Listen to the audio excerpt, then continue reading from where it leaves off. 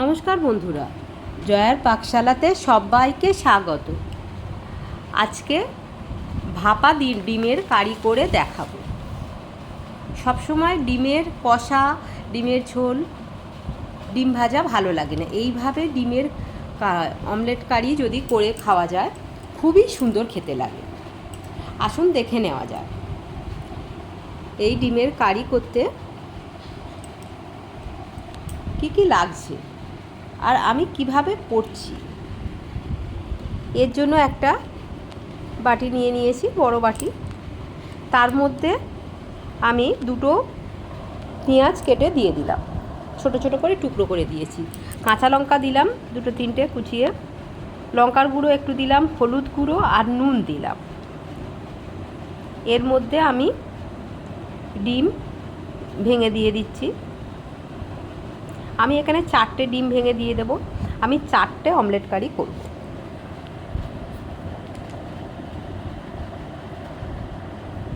একটা একটা করে সব ডিমগুলো আমি এর মধ্যে ভেঙে দিয়ে দিচ্ছি।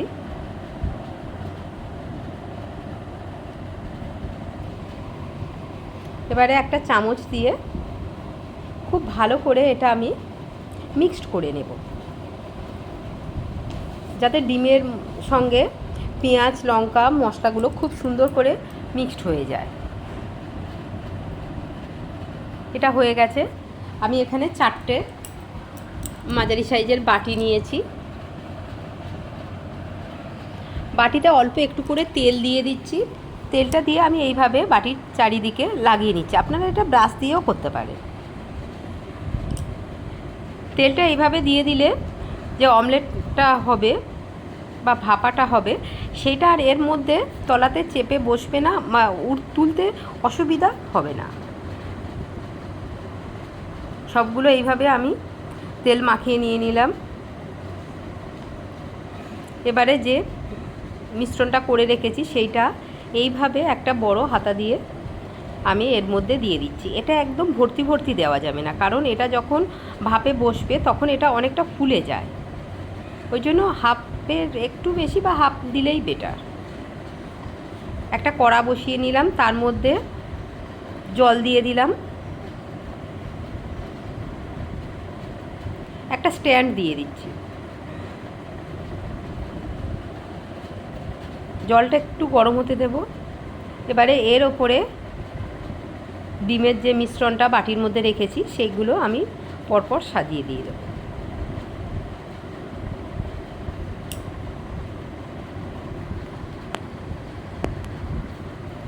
সমস্তগুলো দিয়ে দিয়েছি। সুন্দরভাবে দিয়ে দিতে হবে যাতে না পড়ে না যায়। একটা থালা দিয়ে আমি এইভাবে এটা ঢাকা দিয়ে দিলাম। দিয়ে এটা প্রথমে হাই ফ্লেমে রেখেছিলাম 2 মিনিট, তারপর 3 মিনিট মিডিয়াম ফ্লেমে, এটা 5 মিনিট আমি এটা ভাপে দিয়ে নিয়েছি। থালাটা আমি তুলে নিলাম। একটা ছুরি দিয়ে আমি দেখছি এর মধ্যে জলজলে ভাব আছে কিনা। না, নেই, তার মানে এটা হয়ে গেছে। এবারে একটা ছুরি দিয়ে আমি এগুলো এইভাবে ধারগুলো একটু একটু করে ছাড়িয়ে নিলে এটা তুলতে সুবিধা হবে।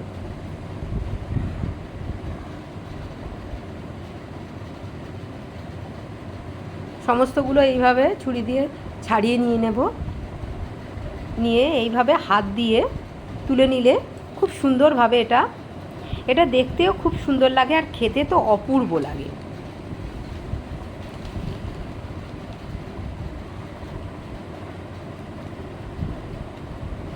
সমস্ত 4টে আমি তুলে নিলাম। এইভাবে শুধু শুধুও চায়ের সঙ্গে খুব সুন্দর লাগে। কড়াই বসিয়ে নিয়েছি, এর মধ্যে তেল দিলাম।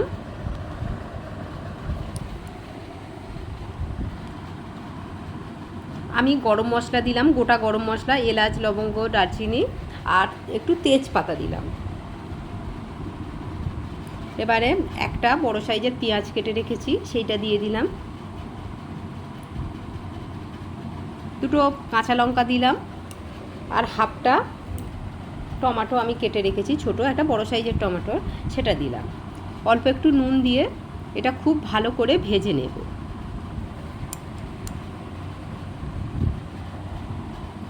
আদা রসুন বাটা দিলাম 1 চামচ, দিয়ে মশলাটা খুব ভালো করে কষিয়ে নিতে হবে যতক্ষণ না আদা রসুনের গন্ধটা চলে যায়।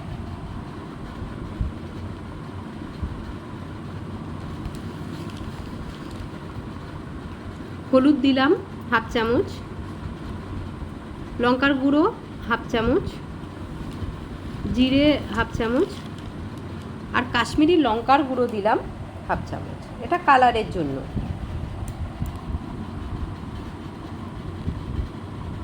সামান্য একটু জল দিলাম মশলাটা তলাতে যাতে না বসে যায়। কিছুক্ষণ এইভাবে একটু কষিয়ে নেব।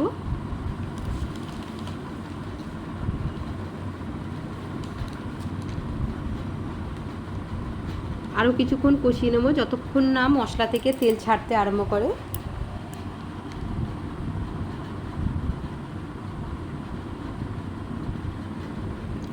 মশলা থেকে তেল ছাড়তে আরম্ভ করেছে, আমি অল্প একটু জল দিয়ে দিলাম,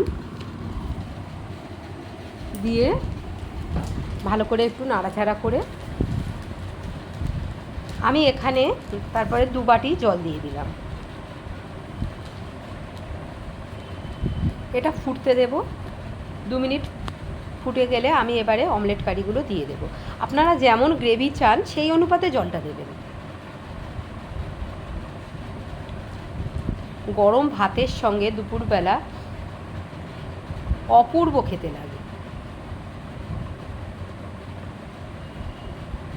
আর খুবই সহজে খুব কম সময়ে এটা হয়ে যায়। আর মশলা তো যা লাগে সবই আমাদের বাড়িতেই থাকে।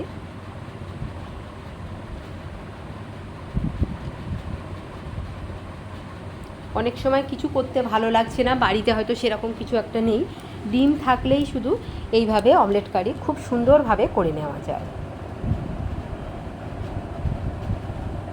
এটা আমি 2-3 মিনিট একটু ফুটিয়ে নিয়েছি। এটা আমি ফ্লেমটা অফ করে দিয়েছি। দেখুন কত সুন্দর দেখতে লাগছে। রেসিপিটি ভালো লাগলে লাইক, শেয়ার, কমেন্ট এবং সাবস্ক্রাইব করতে ভুলবেন না। পাশে থাকা বেল আইকনটি প্রেস করে দেবেন, আমার নেক্সট ভিডিওর নোটিফিকেশান সবার আগে আপনার কাছে পৌঁছে যাবে। আমি একটা প্লেটের মধ্যে এটা সার্ভ করে নিচ্ছি। কেমন লাগলো অবশ্যই কমেন্ট বক্সে জানাবেন। আপনাদের কমেন্টের অপেক্ষায় রইলাম।